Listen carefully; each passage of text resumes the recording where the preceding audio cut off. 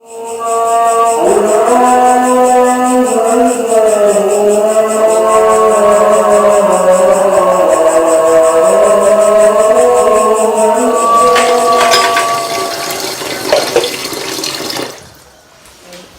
berkeinginan menjadi seorang perawat, ceritanya panjang karena saya dulu pernah sakit dan pernah dirawat. Saya jadi bisa merasakan tugas seorang perawat itu seperti apa. Setelah itu saya terpanggil, benar-benar terpanggil karena memang basic saya sekolah manajemen, beralih banting setir ke perawat.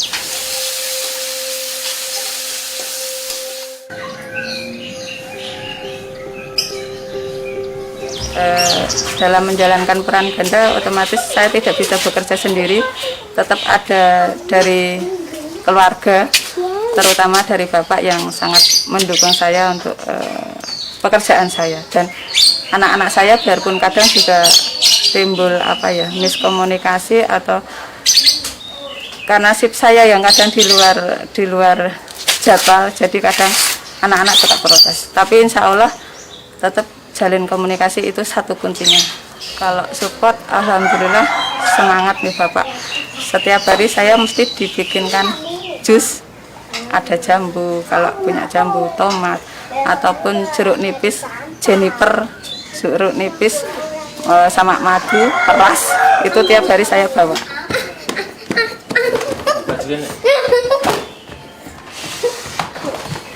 Sing satu mati Pak.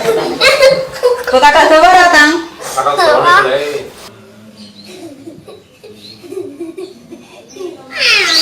Satu bahasa Trikoyo. Ya. Nggih.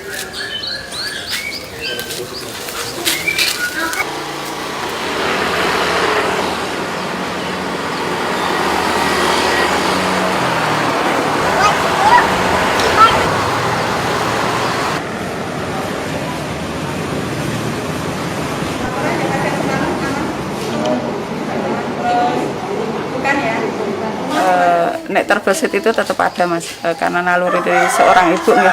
Saya tiap kali lihat video itu kembeng-kembeng nangis seperti itu. Tapi kalau kita sudah sesuai SPO kita jalankan, alur kita jalankan, koordinasi, tidak bergerak sendiri, ada tim yang saling menguati, insya Allah keamanan kita itu terjamin. Prinsipnya saya seperti itu. Jadi alur SPO itu harus jalan.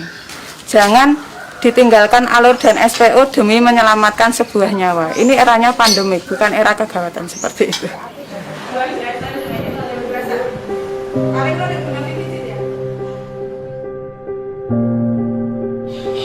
Sempat pagi-pagi saya share di grup, kita rapat nih sebentar. Kenapa sih mereka pada meninggal? Kita istilahnya kita identifikasi kesalahannya di mana, atau APD-nya, atau memang tenaganya yang kurang, jadi mereka semuanya keforsir. Dan itu insya Allah sudah dibahas di tim kami, jadi sosialisasi gimana caranya toh pakai APD yang benar, melepas APD yang benar, kapan sih jaganya harus istirahat, dan kapan kalau kita itu benar-benar capek harus minta tolong atau harus berobat, seperti itu. Dan ini kita tekankan kepada teman-teman yang bekerja kontak dengan pasien, wajib kita istilahnya tracking, dalam artian kemarin Mas ini kerja dengan ini, pasien ini, dievaluasi, hari ini dia ada gejala enggak, besok ada gejala enggak. Jadi benar-benar harus kerjasama antar tim, tidak ada istilah, jangan ada dusta di antara kita, seperti itu. Kalau respon tetangga memang awal-awal agak gimana dengan saya, nyuwun sewu, karena saya kok bermasker terus. Saya hanya menjaga diri dan lingkungan saya saja. Saya istilahnya kontak dengan pasien dan saya harus mengamankan semuanya. Karena ini masih droplet, jadi kita berharap dengan kita menjaga diri kita akan menjaga lingkungan juga.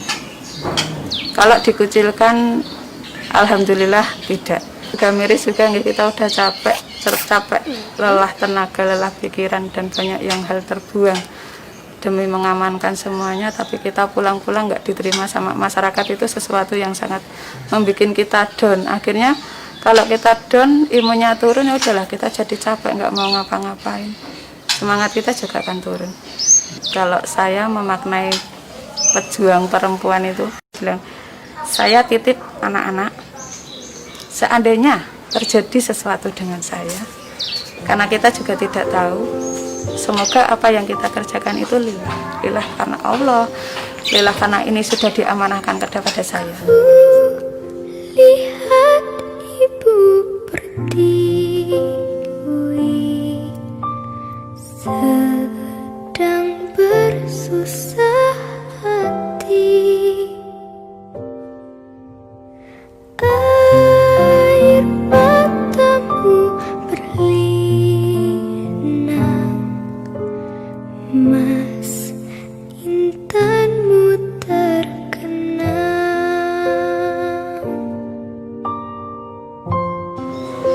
Selamat Hari Kartini 21 April bagi tenaga medis yang sekarang ini ibu-ibu yang bekerja di garda depan rumah sakit IGD dan yang ada di Bangsal. Tetap semangat, insya Allah kita bisa melalui bersama. Kini ibu sedang susah merintih dan berdoa.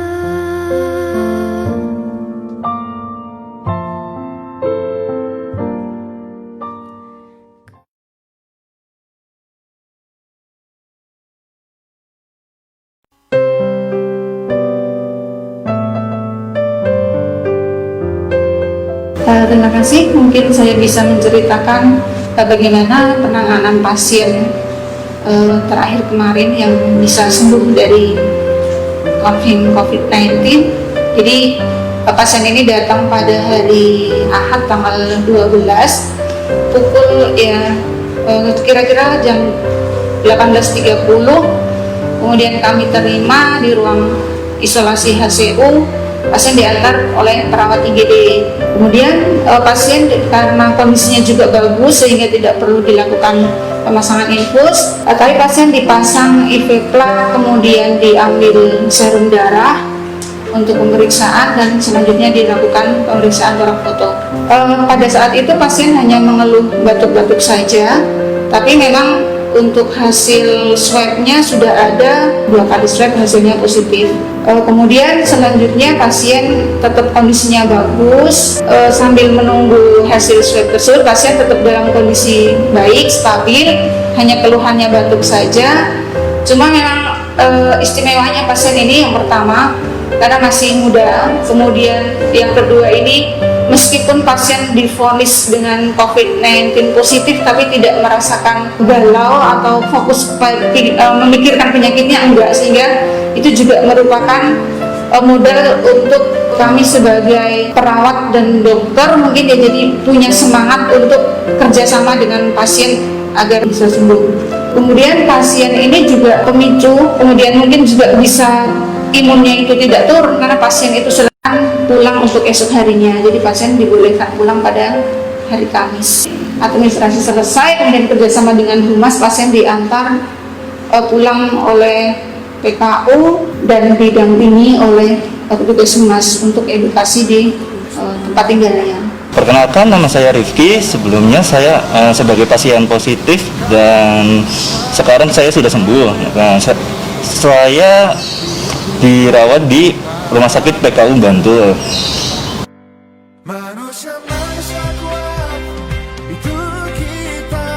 Saya bisa sembuh itu karena pertama di sana saya dirawat dengan baik oleh dokter dan perawatnya. Ketika saya mengalami ada keluhan, ya saya langsung ngasih tahu kepada perawatnya sehingga langsung disampaikan ke dokternya sehingga dapat pengobatan. Terus saya juga yakin lah bisa sembuh dan selalu berdoa, dan juga jangan stres lah, kalaupun positif yakin mesti bisa sembuh. Keluh kesah saya selama di rumah sakit itu ya mungkin terbatasnya ruangan kan, jadi yang biasanya bisa olahraga di luar, sepedaan, sekarang pasti selama di rumah sakit cuma ya paling gerak-gerakan ringan doang yang bisa dilakukan di kamar. Ya sebenarnya rasanya jenuh banget gitu, apalagi cuma dalam satu ruangan kan, tidak bisa keluar kemana-mana. Sedangkan misalnya sehat kan masih bisa main lah di sekitaran rumah gitu, jadi lebih enak. Untuk yang lainnya selama bisa di rumah aja, ya mending di rumah aja daripada di rumah sakit, itu lebih jenuh lagi. Mending jenuh di rumah gitu daripada di rumah sakit. Ya. Terima kasih kepada seluruh tenaga medis untuk perawatannya kepada pasien PDP maupun positif.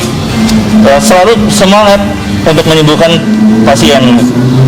Kuat itu kita, jiwa-jiwa yang kuat itu kita, manusia kuat itu kita, jiwa-jiwa yang kuat.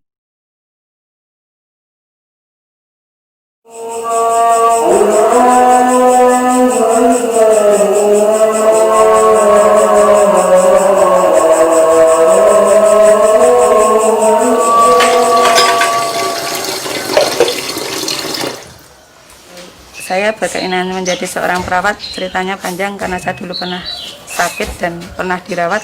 Saya jadi bisa merasakan tugas seorang perawat itu seperti apa. Setelah itu saya terpanggil, benar-benar terpanggil, karena memang basic saya sekolah manajemen, beralih banting setir ke perawat.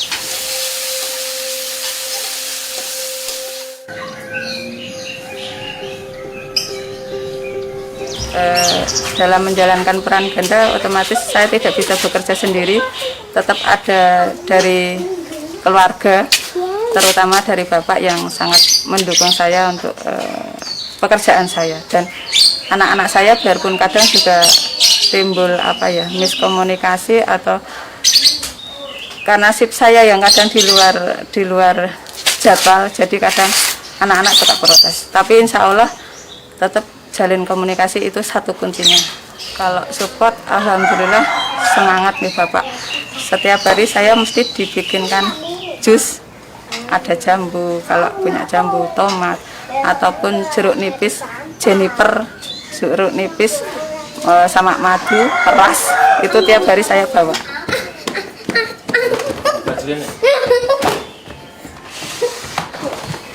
Yang satu mati Pak. Kok kakak Jawa datang? Kakak Jawa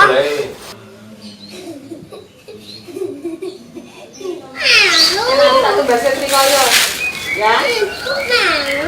Nggih.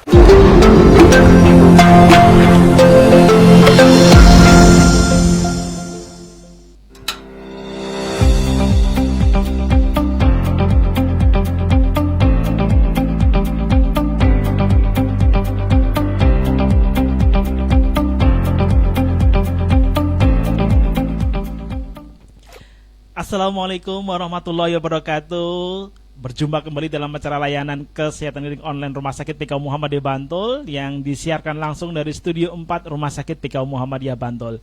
Di hari yang istimewa ini, kami seluruh kru mengucapkan selamat Hari Ibu. Selamat Hari Ibu bagi seluruh ibu-ibu yang ada di Indonesia, dan terutama yang bekerja sebagai tenaga kesehatan maupun sebagai supporting tenaga kesehatan di rumah sakit, baik itu yang ada di Yogyakarta maupun di seluruh wilayah Indonesia. Nah, kali ini kita akan hadirkan para ibu-ibu yang terus berjuang, berjihad kemanusiaan di Rumah Sakit PKU Muhammadiyah Bantul. Beliau nanti yang akan hadir untuk bercerita, berbincang bagaimana menjadi seorang sosok ibu yang kemudian tetap teguh agar tetap kuat melayani masyarakat yang berobat ke Rumah Sakit PKU Bantul, terutama adalah melayani pasien COVID-19. Dan sudah ada bersama dengan kita beberapa ibu-ibu yang hebat, ibu-ibu yang penuh dengan semangat, yang terus mengabdi untuk bangsa dan negara. Oleh karenanya mari kita awali untuk mendengarkan kisah inspiratif dari para ibu-ibu ini, dan kita awali dengan membaca basmalah. Bismillahirrahmanirrahim. Nah, ini sudah bersama dengan kita ada beberapa bunda-bunda, ada beberapa ibu. Yang pertama ada Ibu Dr. Novi Wijayanti, spesialis penyakit dalam, Magister Sains. Beliau adalah dokter spesialis penyakit dalam Rumah Sakit PKU Bantul yang luar biasa. Sejak awal ketika Rumah Sakit PKU Bantul diberikan amanah oleh pemerintah menjadi rumah sakit rujukan COVID, beliau sudah lalu siap untuk melayani 24 jam pasien yang dirawat di Rumah Sakit PKU Bantul. Lalu juga ada bersama dengan kita Ibu Siti Abdillah Hidayat SSI. Beliau adalah kepala instalasi, beliau adalah kepala rawat inap di Rumah Sakit PKU Bantul, yang nanti juga akan bercerita bagaimana kemudian memanajemen tentang ruangan, bangsal, dan sumber daya manusia. Juga ada juga Ibu yang sudah hadir adalah Ibu Dr. Nunung Sulistianingsih. Beliau bisa bercerita bagaimana selama ini merasakan sebagai tenaga kesehatan dan juga merasakan bagaimana kemudian COVID-19 ini selalu harus menjadi waspada di antara kita. Juga ada bersama dengan kita Ibu Dwi Stiani, ada juga Ibu Dwi Bu Dwiyanti yang nanti juga akan bercerita bersama dengan kita. Baik, kita akan mendengar yang pertama dulu. Juga nanti ada Ibu Ida Rubaida, ahli gizi yang selalu mensupport untuk kebutuhan gizi para pasien COVID-19 di Rumah Sakit PKU Bantul. Juga ada Ibu Sri Purwati yang seorang ibu tetapi merawat menata laksananya jenayah COVID-19. Oke, kita dengarkan yang pertama, Dr. Novi Wijayanti. Apa yang bisa kita dengarkan dari beliau, dan beliau akan bercerita kepada kita semua untuk spirit sebagai seorang ibu yang terus melayani di rumah sakit. Dr. Novi, Assalamualaikum. Waalaikumsalam warahmatullahi wabarakatuh, Mas Budi. Terima kasih Dr. Novi udah hadir bersama dengan kita. Boleh dong di-sharing cerita inspiratifnya Dr. Novi selama pandemi 19 ini.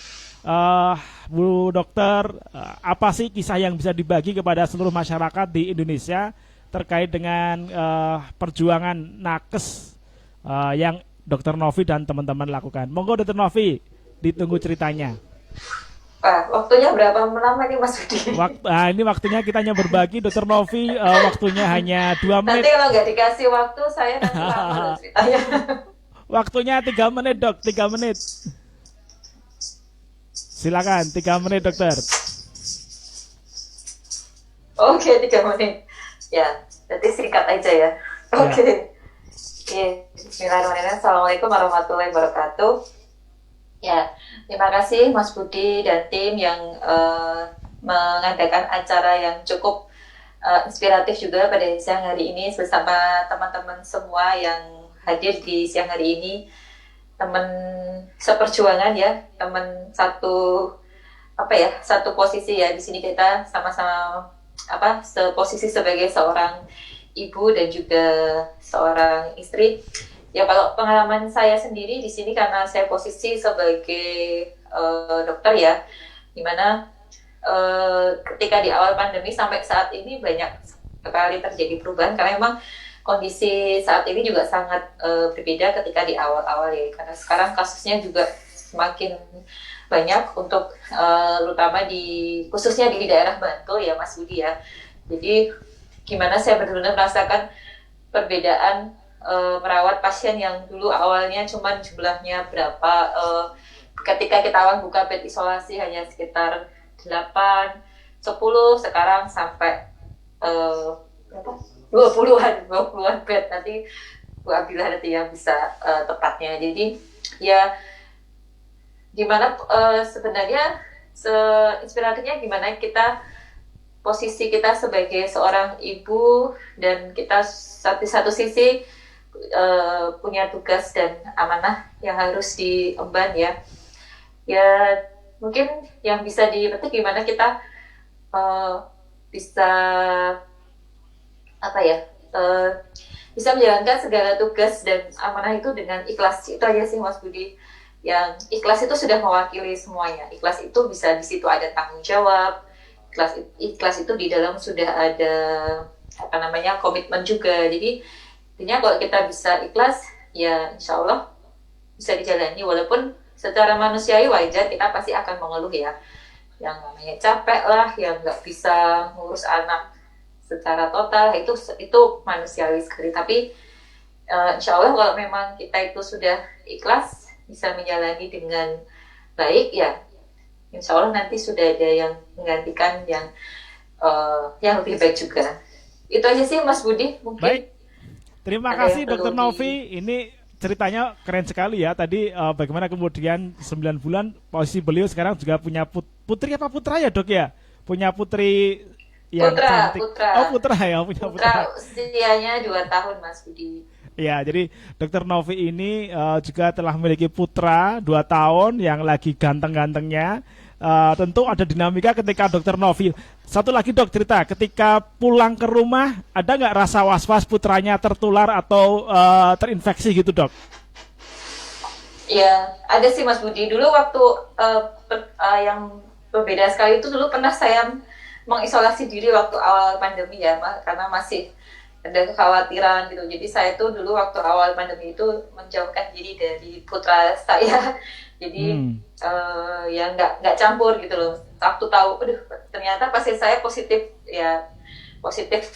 COVID-nya gitu. Dulu kan hasil swab juga cukup lama ya. Nah, tapi setelah dipikir-pikir ini pandemi kok nggak rampung-rampung ya. Jadi akhirnya ya sudah dengan berbekal protokol yang sudah dijalankan ya bismillah. Yang penting kita semua itu tadi harus bisa percaya bahwa kita juga sehat, menjalankan protokol dengan baik di rumah sakit maupun di rumah. Di sekarang saya ya tetap sama anak saya nggak yang mengisolasi diri Mas Budi. Tapi itu dulu waktu awal-awal sih saya sempat harus pisah rumah dulu sama putra saya. Baik, terima kasih Dokter Novi, tetap semangat, terus sehat, dan terus menebar manfaat kepada masyarakat dalam melayani di Rumah Sakit PKU Bantul. Kita doakan selalu kuat Dokter Novi. Baik, nah kita bergeser ke ceritanya Ibu Siti Abdillah Hidayat, SSI, Kepala Instalasi Rawat Inap atau Bangsal di Rumah Sakit PKU Bantul. Bu Siti Abdillah Hidayat, apakah sudah bisa mendengar suara saya? Ya Pak Budi, Assalamualaikum warahmatullahi wabarakatuh. Waalaikumsalam. Baik, terima kasih Bu Dayat. Silahkan dibagi dong cerita inspiratifnya apa di hari ini. Ya, terima kasih Pak Budi waktu yang diberikannya. Untuk ruangan yang ada di rumah sakit kita, ruang isolasi, yang tadi sudah disampaikan Dokter Novi, yang awalnya malah 2 Pak waktu itu, kemudian berkembangnya kasus menjadi 6 dan menjadi 10, menjadi 18, dan sekarang ini akhir ini sudah menjadi 33 bed Pak. Kemudian ruangan itu kita sediakan dengan beberapa fasilitas, yaitu fasilitasnya yang ada di dalam ruangan itu masih ada sterilisator, yaitu ada ozon, ada HEPA filter, kemudian ada tekanan negatif yang aman bagi petugas dan pasien, Pak.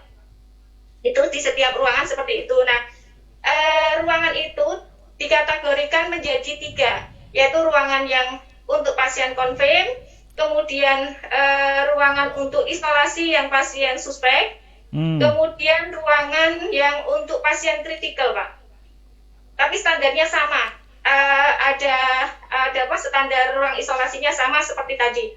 Cuma nanti ketika ada yang di ruangan suspek itu positif, kemudian kita pindah di ruangan yang confirm. Seperti itu, Pak. Ada nggak pengalaman batin yang menarik yang bisa disampaikan, misalnya ada satu ketemu dengan bersama dengan kepala ruang misalnya memberikan pelayanan yang berbeda gitu Bu kepada pasien COVID. Ada nggak pengan-pengan batin ya? Kan Bu Det ini selain sebagai seorang ibu juga sebagai nenek ya, satu cucu yang lagi imut-imutnya gitu ya. Ya Budi, ya cuma ini aja Pak, ketika di rumah, ketika sudah ada WA terkait dengan ruangan, terkait dengan COVID itu sudah lepas, nggak bisa masak, nggak bisa makan, jadi nggak doyan apa-apa, terus fokus pada HP, biasanya seperti itu kalau di rumah. Jadi sering apa ya, wah lepas masa, lepas kayak gitu, seperti itu aja. Kalau yang di teman-teman sih biasanya terkait Pak, terkait ini ketika repot mencari bed, mencari ruangan harus di mana. Nah, itu yang sering kita diskusikan dengan teman-teman. Ya. Gitu. Kalau saya lihat komunikasi di grup itu kan hampir 24 jam selalu standby ya. Ada nggak komplain dari suami atau dari cucu atau dari putranya atau putrinya Bu Dayat ya? Kok masih on jam segini gitu? Alhamdulillah tidak, Pak. Alhamdulillah tidak. Jadi suami saya sudah istilahnya sudah ya wes memang kerjaannya seperti itu. Terus anak-anak juga kebetulan udah gede. Terus cucu saya ada di Cilacap, Pak. Okay. Jadi ini merdeka. Seperti itu, Pak. Terima kasih Bu Siti Abdillah Hidayat kisah inspiratifnya. Nanti kita akan kontak lagi ya. Kita dengarkan dulu kisah inspiratif teman-teman yang lain. Nah, ini sekarang saya menuju ke Mbak Sriyanti dulu ya, Mbak Sriyanti. Mbak Sriyanti ini adalah kepala ruang bangsal yang juga melayani COVID-19. Mbak Sriyanti bisa diceritakan kepada kita sosok ibu kan, seorang ibu ya, Bu Siti seorang ibu dari putra-putrinya dan juga sebagai kepala ruang yang sehari-hari harus standby melayani pasien warga masyarakat yang terkena COVID. Apa cerita menarik yang bisa di-sharingkan kepada kita semua yang bisa kita tahu akhirnya bagaimana perjuangan nakes itu memang luar biasa. Monggo Mbak Sriyanti. Terima kasih Pak Budi. Assalamualaikum warahmatullahi wabarakatuh. Waalaikumsalam. Di masa pandemi ini sungguh sangat luar biasa ya Pak Budi, berdampak pada masyarakat terutama berdampak atau berefek pada masalah kesehatan. Di rumah sakit, alhamdulillah PKO itu sebagai rumah sakit rujukan ya. Jadi sejak awal adanya COVID itu kan sudah mempersiapkan diri untuk untuk istilahnya merawat pasien-pasien yang COVID, dan itu termasuk persiapan di ruangan kami Pak Budi. Ruangan kami yang dulu awalnya ruang biasa, kamar biasa untuk VIP, diubah menjadi ruangan untuk COVID dengan segala persiapannya. Kemudian dari SDM, dari perawat itu juga sudah dipersiapkan dengan adanya pelatihan, baik itu pelatihan tentang COVID itu sendiri, kemudian cara penularan, cara pencegahan, kemudian apa yang harus kami lakukan sebagai tenaga kesehatan di ruangan COVID, bagaimana kami diperkenalkan tentang APD, cara memakai APD, kemudian cara pelepasan, dan bagaimana cara kami itu merawat pasien yang sudah terdiagnosa COVID. Kemudian untuk pesan atau apa yang paling menarik yang selama ini kami rasakan di ruang COVID itu terutama tentang stigma masyarakat ya.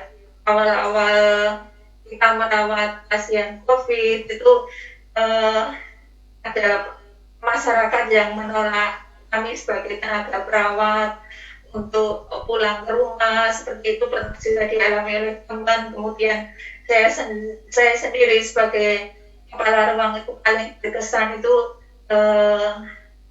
cara mengatur teman-teman, cara kita mengelola tenaga yang dulunya hanya 18 orang, 20 orang, bagaimana cara untuk mengatur ritme agar tidak jaga terus, agar diatur berapa ada ritme jaga, ada ritme tidak, dan itu sungguh luar biasa, pengalaman luar biasa. Terus untuk pasien-pasien itu yang paling berkesan itu setiap saya atau teman memberikan edukasi kepada pasien tentang hasil swab pada pasien yang dirawat di ruangan yang masih suspek itu saat hasil swab itu sudah ada, terus kami beritahu pada pasien hasilnya itu negatif, itu keluarga sampai ada yang nangis, sampai ada itu suatu hal yang luar biasa bagi kami. Terus ada juga pasien yang pulang dalam kondisi sembuh, terus memberikan istilahnya kesan kepada kami bagaimana rasanya di ruang isolasi, bagaimana pasien tersebut sudah dinyatakan sembuh, terus memberikan motivasi dan yang masih konten, walaupun itu tidak secara langsung, tapi pasien sudah memberikan pasien yang sudah sembuh terus memberikan semangat kepada pasien lain, itu juga luar biasa semangat dalam menghadapi pandemi ini. Demikian Mas Budi. Baik, terima kasih Mbak Srianti, ini ceritanya luar biasa ya, bagaimana kemudian kita bisa tahu bagaimana ketika kemudian melakukan komunikasi kontak langsung dengan para pasien yang sudah confirm positif corona, yang bagi sebagian orang mungkin mengalami ketakutan, kekhawatiran, tapi perjuangan teman-teman di nakes di Rumah Sakit PKU Bantul tadi luar biasa seperti yang disampaikan Mbak Srianti. Terima kasih Mbak Srianti, tetap sehat, tetap semangat mengabdi untuk masyarakat di tengah pandemi. Oke, kita menuju ke Dr. Nunung. Dr. Nunung, bisa mendengar suara saya, Dokter? Ya, bisa Pak. Baik, Dr. Nunung ini juga ketua PKRS, juga sebagai dokter di IGD. Tentu pengalaman terkait dengan berkomunikasi kontak erat dengan para pasien COVID juga demikian luar biasanya.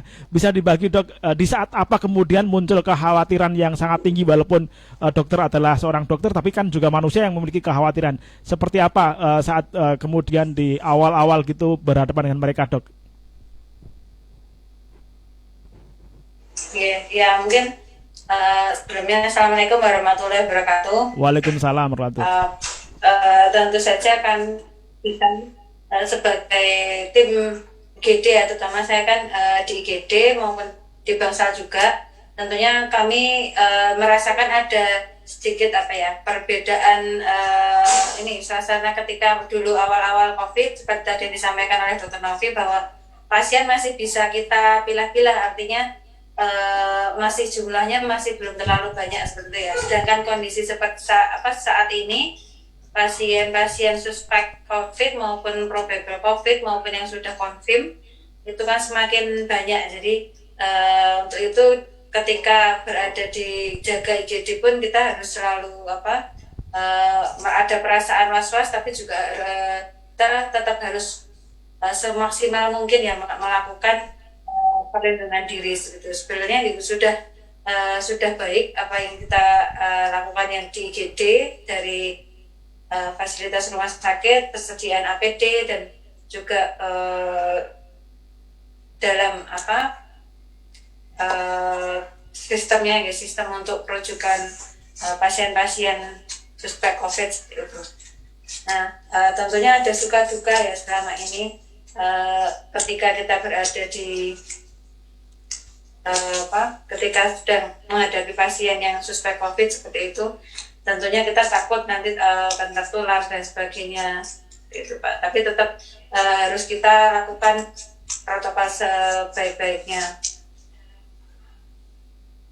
Itu Pak Budi, ada yang mau ditanyakan? Baik, terima kasih Dr. Nunung, dan tentu saat ini tetap semangat ya Dok ya. Ya kebetulan kemarin sempat menjadi penyintas, tapi kebetulan saya juga sudah tidak tahu kenapa, maksudnya sudah berusaha semaksimal mungkin melaksanakan protokol, tapi ternyata harus ada keadaan di mana saya harus mengisolasi diri dari anak-anak saya dan juga keluarga saya. Tapi alhamdulillah tetap sehat, kemudian bisa terlampaui dengan Baik, gitu Pak. Alhamdulillah, luar biasa ini perjuangan. Sekali lagi para teman-teman sekalian, Bapak Ibu sekalian yang berbahagia, bagaimana perjuangan nakes ya, yang dia harus setiap hari berjuang, apalagi seperti Dokter Nunung yang dia setiap hari di IGD dengan teman-teman di IGD yang lain ya, yang berjuang terus, masyarakat tahu masuk ke rumah sakit berhadapan dengan mereka yang kita nggak tahu apakah terkena COVID apa tidak, dan sampai perjuangan memulihkan dari kesehatannya tadi yang sampaikan Dokter Nunung. Ini cerita yang inspiratif luar biasa. Oke, kita menuju ke Ibu Dwi Setiani. Assalamualaikum Bu Dwi Setiani. Apa kabar Bu Dwi Setiani? Baik, kita lewati dulu Bu Dwi Setiani. Kita menuju ke Ibu Sri Purwati atau Mbak Ning. Ini adalah tenaga perukti jenayah COVID-19. Assalamualaikum Mbak Ning. Mbak Ning, apakah bisa mendengar suara kita? Mbak Ning belum terdengar suaranya. Baik, kita lewati dulu, kita menuju ke Mbak Ida Rubaida. Mbak Ida Rubaida, Assalamualaikum. Waalaikumsalam Mbak Budi. Nah Mbak Ida, kalau kita bersama dengan Mbak Ida ini kan kita pengen mendengar nih bagaimana asupan gizi agar para pasien COVID itu segera pulih kesehatannya, imunnya kembali meningkat agar kembali kumpul bersama dengan keluarga. Apa Mbak ceritakan bagaimana Mbak Ida dan tim mengelola gizi rumah sakit untuk mereka? Baik Pak Budi, terima kasih.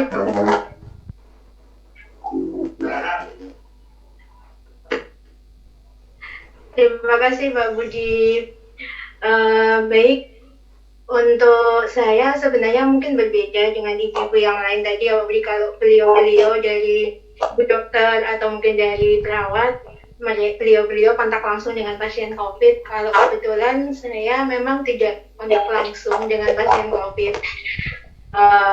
Untuk pemenuhan gizi pasien, kita lakukan anamnesisnya secara virtual Pak Budi. Jadi kita menggunakan teknologi yang ada. Saya mungkin untuk pasien-pasien tertentu yang memerlukan penanganan gizi yang khusus, biasanya saya melakukan WA, atau kalau memang beberapa pasien COVID yang memerlukan edukasi terkait dietnya, karena memang sebagian besar saat ini pasien COVID kita itu biasanya memiliki komorbid. Jadi memang komorbid yang terbanyak itu diabetes. Jadi memang untuk mendukung proses penyembuhannya, kita kadang juga harus melakukan edukasi kepada pasien. Nah, edukasi ini kita lakukannya biasanya menggunakan video call untuk memberikan saran kepada pasien apa sebaiknya seperti apa makanan yang harus dikonsumsi, menganjurkan untuk menghabiskan makanan yang diberikan rumah sakit. Kemudian kalau misalnya dibawakan makanan oleh keluarga, kira-kira makanan apa yang boleh untuk dimakan, dikonsumsi, ataukah apa yang tidak boleh. Nah, itu biasanya edukasi kita lakukan melalui video call. Nah, yang menarik di sini karena di masa pandemi ini yang kami dari gizi menangani menyediakan makan tidak hanya untuk pasien Pak Budi. Jadi memang kita juga diminta untuk menyediakan extra fooding serta makan bagi petugas yang menangani COVID. Nah, ini tentu tantangan tersendiri buat kami karena memang bagaimana proses pengadaan makanan extra fooding, terutama pada awal-awal pandemi COVID. Kalau untuk sekarang mungkin sudah relatif lebih mudah ya untuk aksesnya. Tapi ketika pas awal pandemi itu pengadaan extra fooding, susu dan sebagainya itu ternyata relatif agak sulit karena stoknya mungkin belum semelimpah sekarang. Nah, kira-kira begitu Pak Budi yang bisa saya ceritakan. Baik, terima kasih Mbak Ida Rubaida sharingnya bagaimana kemudian teman-teman tim gizi pun ikut berjibaku untuk menyediakan makanan-makanan yang bergizi kepada para pasien COVID yang ada di Rumah Sakit PKU Bantul. Jadi inilah bentuk paripurna pelayanannya para ibu-ibu yang hebat yang selalu menemani masyarakat yang dilayani di Rumah Sakit PKU Bantul. Baik, kita sekarang menuju ke, terima kasih Mbak Ida, kita ke Mbak Sri Purwati, Mbak Ning. Mbak Ning, Assalamualaikum. Halo Mbak Ning. Mbak Sri Purwati, Suaranya apakah bisa dimunculkan? Speakernya dibuka? Ya, silakan Mbak Neng diceritakan kepada kita semua bagaimana kemudian pengalaman melakukan rukti jenayah COVID-19 seorang ibu yang juga ikut terlibat dalam penanganan COVID. Monggo Mbak Neng. Ya, untuk pengalaman rukti jenayah COVID, yang pertama kita harus siap mentalnya, kita harus siap, kita harus belajar dulu, kita ilmunya yang sekarang syar'i dan dilakukan oleh MCC dan juga dari IMUI dan juga dari yang kita mempersiapkan alatnya, alat untuk dari alat untuk menangani dan dari kapan yang plastik, kemudian kantong belanja dan tadi itu yang harus kita siapkan terlebih dahulu. Kemudian kita mempersiapkan alat pelindungnya untuk tim yang akan bertugas untuk melakukan timnya itu terdiri dari 4 kelompok ya. Ya, suaranya Mbak Neng ini ya. Suaranya Mbak Neng tidak terdengar dengan baik. Kita juga tetap akan tim yang muterkan. Jadi di balik kesehatan ibu yang tetap kaki yang bapak yang support dari belakang. Begitu juga dengan psikologis yang bapak-bapak. Ada support dari belakang dari ibu yang penting untuk mempersiapkan semuanya itu. Karena harus mempersiapkan alat pelindung dirinya itu sudah kita pak. Kemudian juga alat pelindung diri timnya itu harus sudah kita siapkan sejak awal. Juga tim-timnya harus kita siapkan. Ada 3 tim dalam setiap saat kalau ada pasien yang meninggal, baik itu pagi, sore atau malam harus siap untuk dipanggil sebagai tim yang menarik untuk melayani layanan ibadah yang COVID dengan sesuai dengan tuntunan tadi. Jadi, pagi. Baik, terima kasih Bu Ning, terima kasih Bu Sri Purwati Rahayuningsih yang telah berkenan untuk berbagi cerita bagaimana kemudian pengalaman teman-teman Bina Rohani melakukan rukti jenayah COVID-19 sampai dengan pemakamannya, termasuk Ibu Ning ini yang luar biasa. Baik, terakhir kita ke Bu Dwistiani, apakah sudah bisa mendengar suara saya? Oh, Bu Nur Indri, mohon maaf, Bu Nur Indri. Bu Nur Indri, Assalamualaikum. Nah ini, baik. Bu Nur, ceritakan dong pengalaman bagaimana menyediakan logistik mereka sehingga mereka teman-teman nakesnya bisa tetap bertahan. Waalaikumsalam. Monggo Mbak Nur. Ya, terima kasih Mas Budi. Bismillahirrahmanirrahim. Assalamualaikum warahmatullahi wabarakatuh. Waalaikumsalam warahmatullahi. Pengalaman ikut di penanganan pasien COVID, tugas saya adalah menyediakan logistik ya dari support terutama untuk APD dan juga sarana prasarana yang dibutuhkan untuk pelayanan pasien COVID. Tantangannya adalah yang pertama memang kita harus selalu bekerja dengan cepat ya karena dinamika untuk pasien COVID saat ini sangat cepat, di rumah sakit juga dinamikanya sangat cepat. Untuk pembukaan bangsal baru, jadi kita juga harus memenuhi kebutuhan itu dengan cepat. Alhamdulillah untuk saat ini kita dipermudah dengan teknologi ya, jadi kita pesan apa-apa itu sudah bisa online, kemudian komunikasi dengan supplier juga dengan telepon atau WA seperti itu. Nah, memang kita harus siap setiap saat ya, untuk bisa melayani permintaan kebutuhan teman-teman yang di pelayanan seperti itu. Nah, itu mungkin tantangannya. Jadi ya kita berusaha untuk bekerja dengan semaksimal mungkin, tidak memperhitungkan waktu, jadi jam berapapun kita harus selalu gerak. Seperti itu Mas Yudi. Baik, terima kasih Ibu Nurindri yang telah juga berbagi pada kita semua sekalian. Terima kasih para ibu-ibu sekalian yang luar biasa di tengah kemudian harus tetap melayani keluarga, bersama dengan keluarga, dan di kesehariannya juga tetap melayani suami, anak dan sebagainya. Tapi ibu-ibu, para bunda-bunda ini melayani masyarakat, terutama adalah pasien COVID-19 yang luar biasa. Oke, terakhir Mbak Duyanti, IGD apakah sudah bisa masuk tadi Mbak Duyanti? Mungkin masih banyak pasien. Mbak Duyanti IGD? Baik, ternyata beliau belum sudah tersambung. Baik, Mbak Duyanti, oke, silakan terakhir Mbak, apa pesannya kepada masyarakat Mbak? Assalamualaikum warahmatullahi wabarakatuh. Waalaikumsalam. Mohon maaf baru bergabung. Ya, silakan pesannya aja Mbak, pesan ke masyarakat. Begitu ramai hari ini. Ya, singkat aja. Pesan-pesannya semoga ibu-ibu hebat di kita semakin hebat dan berjuang bareng ya.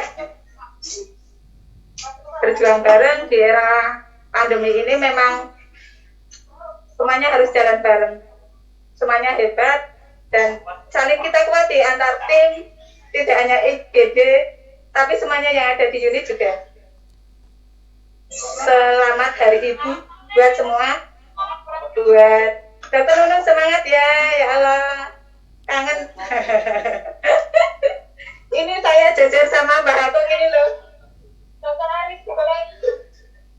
Hari ini di Hari Ibu cukup ramai IGD, jadi mohon maaf tadi baru gabung ya.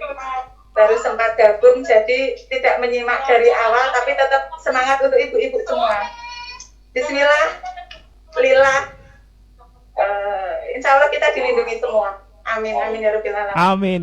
Baik, terima kasih Mbak Di, terima kasih semuanya tenaga kesehatan di seluruh PKU Bantul, di seluruh Indonesia. Terima kasih atas kebersamaannya. Kita doakan semoga selalu sehat walafiat, dijauhkan dari virus corona, dan tetap tegar semangat untuk melayani masyarakat, terutama di Rumah Sakit PKU Bantul. Dan demikian tadi acara kita layanan keseluruhan online Rumah Sakit PKU Bantul untuk memperingati Hari Ibu. Hari Ibu, semoga ibu-ibu tentang sehat selalu, bahagia selalu di keluarga maupun di tempat bekerjanya. Terima kasih semuanya dan kita bertemu lagi di lain kesempatan. Assalamualaikum warahmatullahi wabarakatuh. Waalaikumsalam warahmatullahi wabarakatuh.